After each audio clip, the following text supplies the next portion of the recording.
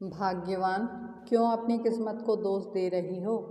अरे, दुनिया में कितने माँ बाप हैं जिनके साथ उनके बच्चों ने बुरा व्यवहार किया है और वह दर दर की ठोकरें खा रहे हैं, और तुम हो कि बच्चों के लिए रो रही हो।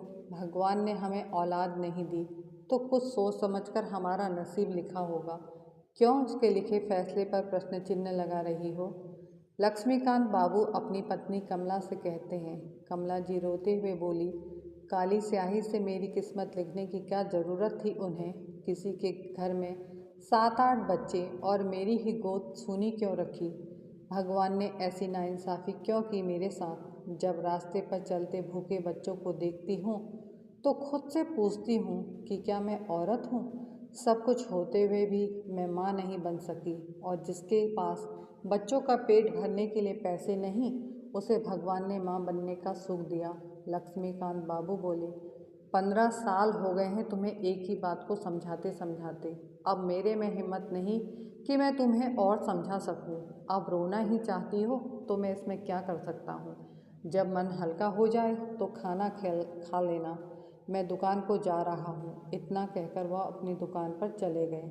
लक्ष्मीकांत बाबू की चौराहे पर एक कपड़े की बड़ी सी दुकान थी। उसी से उनका घर बार चलता था। उनकी कोई औलाद नहीं थी, जिसके कारण उनकी पत्नी कमला हमेशा दुखी रहती थी। दोनों पति पत्नी ने बहुत इलाज करवाया, पर उसका कोई नतीजा नहीं निकला। एक रोज़ कमला जी की कोई दूर की रिश्तेदार घूमते फिरते उनके घर आई। बातों बातों में उसने कहा कि मेरी नंद को बस 2 लड़कियां थीं, बेटा नहीं, और संपत्ति अपार है। वहीं उसकी बहन को 4-4 बेटे हुए, पर खाने को कुछ नहीं। उसने अपनी बहन से कहा कि तुम मेरा एक बेटा ले लो, बच्चे का भी भला हो जाएगा और मेरा भार भी हल्का हो जाएगा। कमला जी ने बड़ी उत्सुकता से पूछा, तो क्या बहन ने ले लिया बेटा? रिश्तेदार बोली, क्यों नहीं लेती? अरे, अपनी बहन का लड़का था। मैं तो कहती हूँ, अगर अनाथ बच्चे को पाल पोस कर अगर हम अपने संस्कार देंगे तो क्या वह बच्चा हमारा नहीं होगा? आप भी किसी रिश्तेदार का बच्चा ले लो, और कोई ना दे तो किसी अनाथ आश्रम से ले लो। अरे, कम से कम बुढ़ापे में पानी देने वाला तो मिलेगा। आप लोगों की उम्र होती जा रही है, अब क्या बुढ़ापे में बच्चा गोद लोगे?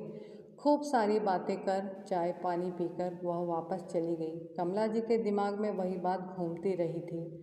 जब रात में लक्ष्मीकांत बाबू दुकान से घर आए, कमला जी बोली, एक बात कहूँ, मानोगे? लक्ष्मीकांत बाबू बोले, तुम जानती हो मैं तुम्हारी कोई बात नहीं टालता, भले ही दुनिया की बात क्यों ना टाल दूँ। देखो, मेरी माँ कहती रह गई दूसरी शादी कर लो, पर मैंने तुम्हारा साथ नहीं छोड़ा। अभी भी तुम मुझसे पूछ रही हो? कमला जी बोली, अगर हम अपने किसी रिश्तेदार के बच्चे को गोद ले लें और उसे अपना नाम दे दें तो कैसा रहेगा? लक्ष्मीकांत बाबू बोले, भला कोई हमें अपना बच्चा क्यों देगा? क्या हमारी तकलीफ़ उनसे छुपी हुई है? अरे, उन्हें तो इतनी भी दया नहीं है कि वह हमसे रिश्ता रखें। आए दिन किसी न किसी त्यौहार पर तुम्हें इस बात के लिए वह ताना देते रहते हैं, और तुम हो रिश्तेदारों से उम्मीद रखती हो। कमला जी बोली, एक बार बात करने में क्या हर्ज है? अगर कोई नहीं देगा तो आखिर में हम अनाथ आश्रम से बच्चा गोद ले लेंगे और उसे अपना बना लेंगे। लक्ष्मीकांत बाबू बोले, मुझे नहीं लगता यह सही रहेगा। आजकल जब माँ बाप की तकलीफ़ देखता हूँ तो लगता है हम अकेले ही अच्छे हैं। ऐसा ना हो किसी गैर को अपना बनाओ और उससे धोखा खाओ, तब तो बहुत तकलीफ़ होगी। कमला जी अपनी जिद पर अड़ी रही। लक्ष्मीकांत बाबू को उनकी बात माननी पड़ी। आखिरकार कमला जी ने अपने सभी रिश्तेदारों से बात करी, पर किसी ने बड़ा दिल नहीं किया, बल्कि उन्हें 4 बातें और सुना दी कि तुम्हें भगवान ने औलाद नहीं दी तो हम अपनी औलाद तुम्हें क्यों दें। बेचारी कमला जी हार कर अनाथ आश्रम के दरवाजे पर पहुंची और उन्होंने एक लड़की गोद ले ली, ताकि लक्ष्मीकांत बाबू की बात भी गलत साबित हो जाए। और लड़की तो माँ बाप के साथ बुरा कर भी नहीं सकती, पर होनी को कौन टाल सकता है? बेटा हो या बेटी, जब किस्मत खराब हो तो दोनों दगा दे जाते हैं। बच्ची का नाम उन्होंने कुसुम रखा। कुसुम का लालन पालन उन्होंने बहुत अच्छे तरीके से किया, यहाँ तक कि कमला जी के पास लक्ष्मीकांत बाबू के लिए भी वक्त नहीं था।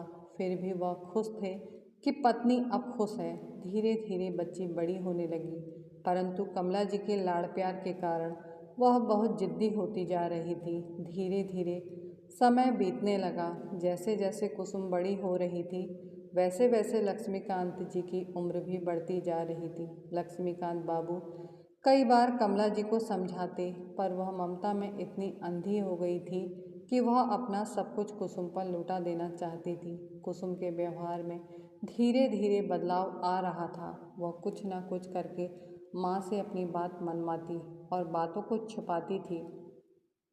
लक्ष्मीकांत बाबूजी की अनुभवी आंखों ने न जाने क्या देखा। एक रोज वह कुसुम से बोली, कुसुम, अब तुम बड़ी हो गई हो, तुम्हारी माँ की भी उम्र हो रही है। तुम देखती तो हो वह दिन रात कितनी मेहनत करती है। अब तुम्हें उसका हाथ बटाना चाहिए। कल को तुम्हारी शादी होगी तो तुम्हें ससुराल में इतना आराम नहीं मिलेगा, वहाँ तो तुम्हें कुछ ना कुछ काम करना ही पड़ेगा। कुसुम बोली, बाबूजी, आप मेरे लिए ऐसा लड़का ढूंढना जो शादी के बाद हमारे साथ रह सके, तब तो मुझे कुछ काम नहीं करना पड़ेगा। उसके जवाब से लक्ष्मीकांत बाबू हैरान थे कि उसे अपनी माँ की चिंता नहीं, बस अपने सुख की चिंता है।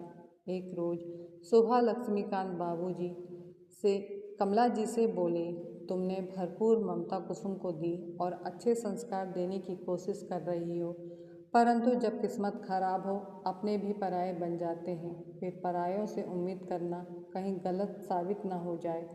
कमला जी ने उनके संदेह का कारण पूछा। लक्ष्मीकांत बाबू ने पूरी बात बताई तो कमला जी बोली, अभी बच्ची है। लक्ष्मीकांत बाबू बोले, इतनी भी बच्ची नहीं है कि अपनी माँ की तकलीफ और जिम्मेदारी ना समझे। मैं तो इसलिए कह रहा हूँ कि मैं आज हूँ, कल नहीं, फिर तुम्हारी तकलीफ कौन देखेगा। इसी सोच में लक्ष्मीकांत बाबू दुकान चले गए। ना जाने उस दिन लक्ष्मीकांत बाबू को इतनी चिंता क्यों हो रही थी, मानो कुछ गलत होने का संदेह उनके मन में हो रहा था। दुकान पहुंचते ही उन्होंने एक चिट्ठी में अपना सब कुछ अपनी पत्नी के नाम करते हुए अपने वकील के पते पर भेज दी। अब उनका स्वास्थ्य ठीक नहीं रहता था। वह दुकान से घर वापस आ रही थी। रास्ते में अचानक ही उन्हें चक्कर आने लगा और चलते हुए स्कूटर से वह नीचे गिर पड़े और वहीं उनकी मृत्यु हो गई। कमला जी की तो मानो दुनिया ही उजड़ गई, परंतु बेटी के लिए उन्होंने हौसला नहीं हारा। बेटी को पढ़ाई में तकलीफ न हो, इसलिए कमला जी ने दुकान संभाली और पूरे दिन घर और बाहर मेहनत करती रहती, परंतु कुसुम के व्यवहार में कोई बदलाव नहीं आया। समय बीता, दुख पर धूल की चादर ने जगह ले ली। अब कुसुम भी शादी के लायक हो गई थी। उसने अपनी माँ को रोहित नाम के लड़के से मिलवाया और माँ से बोली, माँ, मैं इससे शादी करना चाहती हूँ। माँ, आपको पता है इसके माता पिता नहीं हैं, आपको बेटी के साथ एक बेटा भी मिल जाएगा। माँ ने कुसुम को बहुत समझाया, परंतु कुसुम अपनी जिद पर अड़ी रही। आखिरकार कमला जी को हाँ करनी ही पड़ी और फिर शादी हो गई। एक रोज रोहित बोला, माँ जी, मैं नौकरी के लिए दर बदर भटकता रहूं और आप दुकान संभालें। आप घर पर आराम से रहिए, दुकान मैं संभाल लूँगा। कमला जी को लगा लड़का अच्छा है, शायद मेरी मदद करना चाहता है, तो उन्होंने सारा कारोबार रोहित को दे दिया। धीरे धीरे रोहित ने सब कुछ अपनी मुट्ठी में कर लिया। इधर घर पर कुसुम का राज हो गया। उसके 2 बच्चे हुए। अब तो वह कमला जी की एक बात नहीं सुनती थी, बल्कि उन्हें एक कोने में रहने की सलाह देती थी। दुकान के सारे पैसे रोहित अपने पास रखता था। कमला जी को दवा खर्च के लिए भी एक पैसा नहीं देता था। घर 2 मंजिला था। कमला जी ने ऊपर के 2 कमरे किराए पर लगा दिए और उस किराए से वह अपनी दवाइयों का खर्च चलाती और उसे उस दिन को कोसती थी जब उनके मन में बच्चा गोद लेने की इच्छा जागी थी। एक रोज कमला जी बोली, कुसुम बेटा, मेरा बाथरूम बहुत गंदा हो गया है, उसमें बहुत फिसलन हो गई है, काम वाली से कहकर उसे साफ करवा दो। मेरी कमर में बहुत दर्द हो रहा है, नहीं तो मैं ही उसे साफ कर देती। कुसुम बोली, बुढ़ापे में बच्चे गोद लेने की हिम्मत थी, बाथरूम साफ करने की नहीं।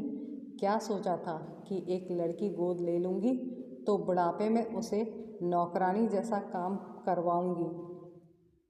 कमला जी हैरान थी, क्योंकि उन्होंने कुसुम के सामने इस बात का खुलासा कभी नहीं किया था। वह उनकी अपनी बेटी नहीं है। कुसुम बोली, मुझे बताओ न बताओ, तुम्हारे रिश्तेदारों ने मुझे सब बता दिया है। अब जैसा भी बाथरूम है वैसा ही इस्तेमाल करो, वरना गिरकर मरो, मुझे कोई मतलब नहीं। कमला जी बोली, बेटा, मैंने तुम्हें माँ से बढ़कर प्यार दिया और तुम मुझसे ऐसे बातें कर रही हो। कुसुम बोली, तो क्या एहसान किया मेरे ऊपर? अरे, एहसान तो मैंने किया है आपको माँ बनाकर। कम से कम दुनिया वाले यह तो नहीं बोलते कि तुम्हारी औलाद नहीं है। हो सकता है अगर तुम मुझे गोद नहीं लेती तो शायद कोई पैसे वाला मुझे अपने घर ले जाता और मैं आराम की ज़िंदगी जीती। अब जाओ यहाँ से अपने कमरे में, मुझे बदबू आती है तुम्हारे कपड़ों से।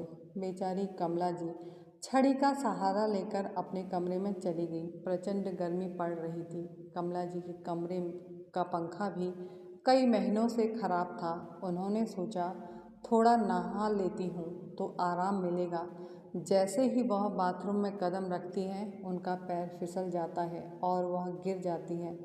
कुसुम, बेटा कुसुम, मैं बाथरूम में गिर गई हूँ बेटा, ज़रा मुझे उठा दे। रोहित, बेटा रोहित, अरे कोई सुन रहा है? कोई तो इस बुढ़िया की मदद करो। हे ईश्वर, मैंने क्यों नहीं अपने पति की बात मानी और अपने लिए गड्ढा खोद दिया। कोई तो मेरी मदद करो। कुसुम अपने पति और बच्चों के साथ कमरा बंद करके एसी चलाकर आराम से खाना खा रही थी। कमला जी की आवाज़ सुन के किराएदार तक पहुंच गए। किराएदार नीचे आए। कमला जी की ऐसी हालत देखकर उन्होंने उन्हें उठाया, बिस्तर पर लिटाया। कमरे से बहुत बदबू आ रही थी। किराएदार कुसुम के पास गए और बोले, आप यहाँ कमरा बंद करके बैठी हो और वहाँ आपकी माँ बाथरूम में पड़ी करहा रही है, आपको खबर तक नहीं।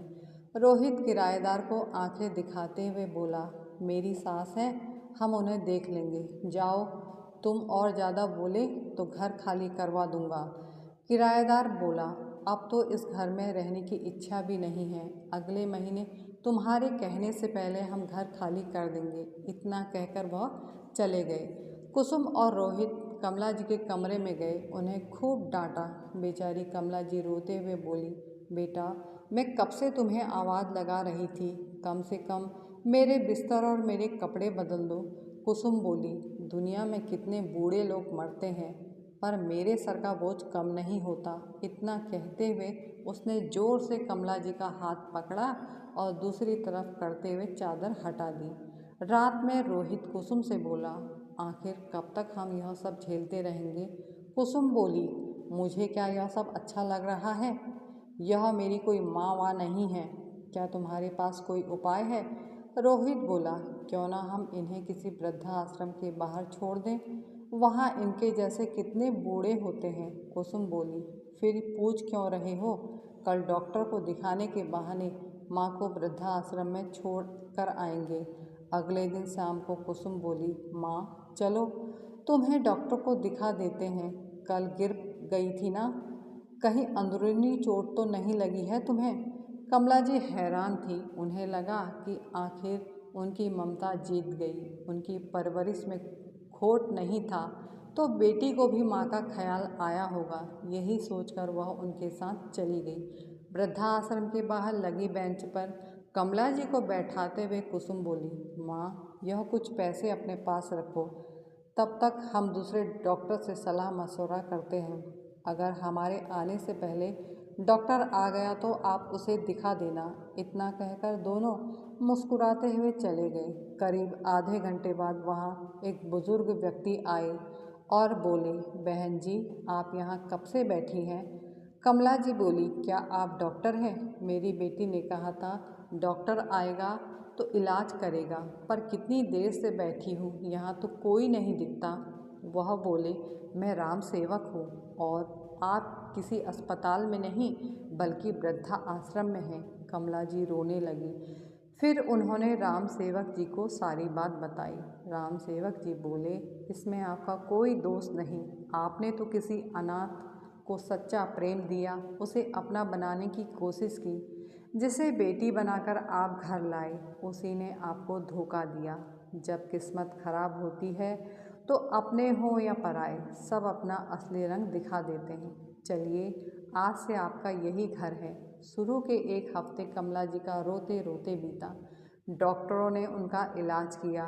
जब अपने जैसे दुखी लोगों को वह देखने लगी तो उनको अपना दुख कम लगने लगा। राम सेवक जी एक रोज़ कमला जी को अनाथ आश्रम ले गए और बोले, देखिए इन अबोध बच्चों को, इनका क्या दोष है। सब कहते हैं लालन पालन से व्यवहार से और मानसिकता बदलती है, परंतु आपके साथ जो हुआ यह सोचकर क्या आप इन बच्चों से नफरत करेंगी।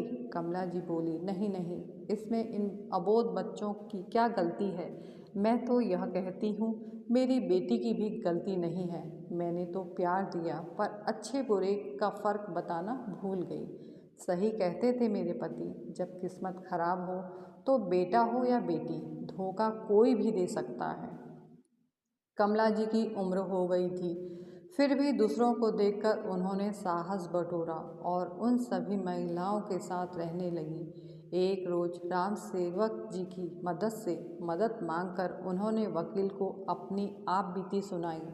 करीब 1 महीने बाद कुसुम के घर पर पुलिस के साथ कमला जी आई। कमला जी को देखकर कुसुम और रोहित के होश उड़ गए। कमला जी ने एक शब्द नहीं कहा, बस चुपचाप अपने कमरे में गई, अपने पति की तस्वीर ली और उनकी पुरानी अलमारी में से एक छोटा सा संदूक उठाया जिसमें घर और दुकान के कागजात थे। इसके बारे में बस कमला जी और लक्ष्मीकांत बाबू को ही पता था। वह उसे लेकर वृद्धा आश्रम वापस चली गई। उनके जाते ही महिला पुलिसकर्मियों ने कुसुम के गाल थप्पड़ मारकर लाल कर दिए और रोहित को भी पुलिस वालों ने खूब पीटा और घर से बाहर निकाल दिया। अब दोनों अपने बच्चे लेकर दर दर भटकने लगे। कहानी देखने और सुनने के लिए आप सभी का धन्यवाद। अगर आपको कहानी पसंद आई हो तो मेरे चैनल को सब्सक्राइब अवश्य कीजिएगा। साथ में लाइक का बटन दबाना मत भूलिएगा। धन्यवाद।